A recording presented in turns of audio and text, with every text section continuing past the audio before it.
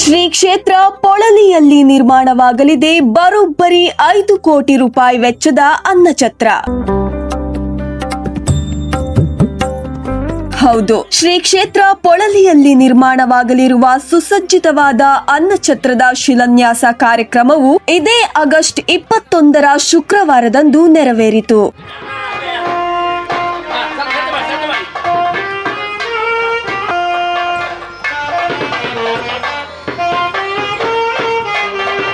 ಇದು ಸಾಧಾರಣ 3 ಅಂತಸ್ತಿದ್ದು ಅನ್ನಛತ್ರ. ಅದರಲ್ಲಿ 5 ಕೋಟಿದ್ದು ಎಸ್ಟಿಮೇಷನ್ ಆಗಿರ್ತದೆ. ಇದು 1 ಅಂತಸ್ತು ಈಗಾಗಲೇ ನಾವು ಇವತ್ತಿನಿಂದಲೇ ಸ್ಟಾರ್ಟ್ ಮಾಡಿ ಸಾಧಾರಣ ಏಪ್ರಿಲ್ ಜಾತ್ರೆ ಒಳಗೆ ಮಾಡುವಂತ ನಿರ್ಧರಿಸಿದ್ದೀವಿ. ಆಮೇಲೆ ಅದೇ ರೀತಿ ಒಂದು ಮದುವೆ ಹಾಲ್ ಆಗ್ತದೆ. ಆಮೇಲೆ ದೇವಸ್ಥಾನ ಸಭಾಂಗಣದಲ್ಲಿ ಭಕ್ತರಿಗೆ ಬೇಕಾಗಿರೋದು ಮೇಲಿದ್ದು ಶೀಟ್ ಬರ್ತದೆ. ಈ ಕ್ಷೇತ್ರದ ಜೀರ್ಣೋದ್ಧಾರ ಭಾಳ ಒಳ್ಳೆ ರೀತಿಯಲ್ಲಿ ಆಗಿ ಸುಂದರವಾದ ಬ್ರಹ್ಮಕಲಶವನ್ನು ಮಾಡಿ ಈಗ ಭಕ್ತರು ದೊಡ್ಡ ಸಂಖ್ಯೆಯಲ್ಲಿ ಬರ್ತಕ್ಕಂಥ ಒಂದು ಆಸ್ತಿ ಕೇಂದ್ರವಾಗಿದೆ. ಇಲ್ಲಿ ಭಾಳ ವರ್ಷಗಳ ಬೇಡಿಕೆ ಅನ್ನದಾನ ನೀಡ್ತಕ್ಕಂಥ ವ್ಯವಸ್ಥೆಗೆ ಒಂದು ವ್ಯವಸ್ಥೆ ಆಗಬೇಕು ಅಂತೇಳಿ ಅನ್ನಛತ್ರದ ಒಂದು ನಿರ್ಮಾಣದ ಕೆಲಸವನ್ನು ಆಡಳಿತ ಮಂಡಳಿ ಮತ್ತು ಸರ್ಕಾರದ ಸಹಕಾರದೊಂದಿಗೆ ಇವತ್ತು ಆ ಒಂದು ನೂತನ ಅನ್ನಛತ್ರಕ್ಕೆ ಶಿಲಾನ್ಯಾಸ ಮಾಡಲಾಗಿದೆ.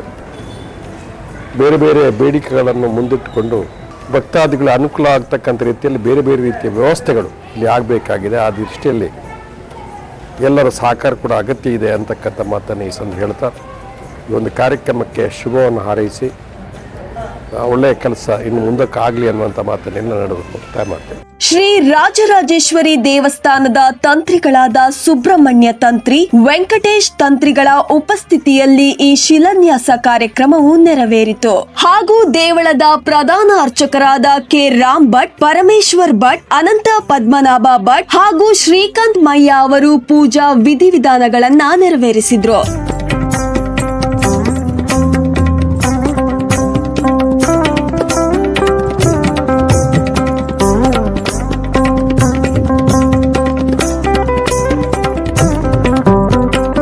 ಒಟ್ಟು 5 ಕೋಟಿದು ಪ್ರಾಜೆಕ್ಟ್ ಈಗ 1 ಕೋಟಿಯಷ್ಟು ಮಂಜೂರಾತಿಯಾಗಿ ನಿರ್ಮಿತಿ ಕೇಂದ್ರಕ್ಕೆ ವಹಿಸಿಕೊಡಲಾಗಿತ್ತು.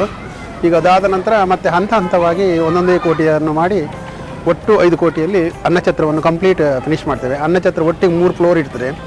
ಗ್ರೌಂಡ್ ಫ್ಲೋರಲ್ಲಿ 2 ಲಿಫ್ಟ್, ಕಿಚನ್, ದೊಡ್ಡ ಡೈನಿಂಗ್ ಹಾಲ್, VIP ಡೈನಿಂಗ್ ಇರ್ತದೆ. ಅದೇ ಪ್ರಕಾರ ಫಸ್ಟ್ ಫ್ಲೋರಲ್ಲಿ ಕೂಡ ಡೈನಿಂಗ್ ಹಾಲ್, ಮತ್ತು ಸೆಕೆಂಡ್ ಫ್ಲೋರಲ್ಲಿ ಶೀಟ್ ರೂಪೆಲ್ಲ ಮಾಡಿ ಅದು ಕೂಡ ನೆಕ್ಸ್ಟ್ ಡೈನಿಂಗ್ ಹಾಲ್ ಆಗ್ತದೆ. ಇದು ಈ ಫಸ್ಟ್ ಫ್ಲೋರ್, ಇದು ಗ್ರೌಂಡ್ ಫ್ಲೋರ್ ಅನ್ನೋದು ಈಗ ನಾಡ್ದು ಜಾತ್ರೆ ಒಳಗೆ ಆಗಿ ಹೋಗ್ತದೆ, ಕಂಪ್ಲೀಟ್ ಆಗ್ತದೆ. ಉಳಿದು ಹಂತ ಹಂತವಾಗಿ ವರ್ಕ್ ಅಂತೂ ನಿಲ್ಲುವುದಿಲ್ಲ, ಫುಲ್ ಪ್ರೋಗ್ರೆಸ್ನಲ್ಲಿ ಹೋಗ್ತಾ ಇರ್ತಾರೆ ಕಂಟಿನ್ಯೂಸ್. ಜಾತ್ರೆ ಟೈಮ್ನಲ್ಲಿ ಗ್ರೌಂಡ್ ಫ್ಲೋರ್ ಬಿಟ್ಕೊಡ್ತೇವೆ 1 ಫ್ಲೋರ್. ಶ್ರೀ ದೇವಸ್ಥಾನದಲ್ಲಿ ಒಂದು ಸುಸಜ್ಜಿತವಾದ ಅನ್ನಛತ್ರ ಬೇಕು ಅಂತೇಳಿ ಬಹಳ ದಿನಗಳ ಈ ಭಾಗದ ಜನರ ಬೇಡಿಕೆ ಆಗಿತ್ತು. ಈ ಬಗ್ಗೆ ಮಾನ್ಯ ಸರ್ಕಾರ ಅನ್ನಛತ್ರ ನಿರ್ಮಾಣ ಮಾಡಲಿಕ್ಕೆ ಸೂಕ್ತ ಅನುಮತಿಯನ್ನು ಕೊಟ್ಟಿದೆ ಹಾಗೂ ಮೇಲಾಧಿಕಾರಿಗಳು ಅಗತ್ಯ ನಿರ್ದೇಶನವನ್ನು ನೀಡಿದ್ದಾರೆ. ಹಾಗಾಗಿ ಈ ಭಾಗದ ಎಲ್ಲ ಜನಪ್ರತಿನಿಧಿಗಳು ಹಾಗೂ ಶ್ರೀ ದೇವಾಲಯದ ಆಡಳಿತ ಮಂಡಳಿಯವರ ಒಂದು ಸೂಚನೆಯಂತೆ ಇವತ್ತು ಶ್ರೀ ಕ್ಷೇತ್ರದ ಅನ್ನಛತ್ರ ನಿರ್ಮಾಣ ಕಾಮಗಾರಿಯ ಗುದ್ದಲಿ ಪೂಜೆ, ಕೆಸರು ಕಲ್ಲು ಹಾಕುವಂಥ ಕಾರ್ಯಕ್ರಮವನ್ನು ನೆರವೇರಿಸಲಾಗ್ತಾ ಇದೆ.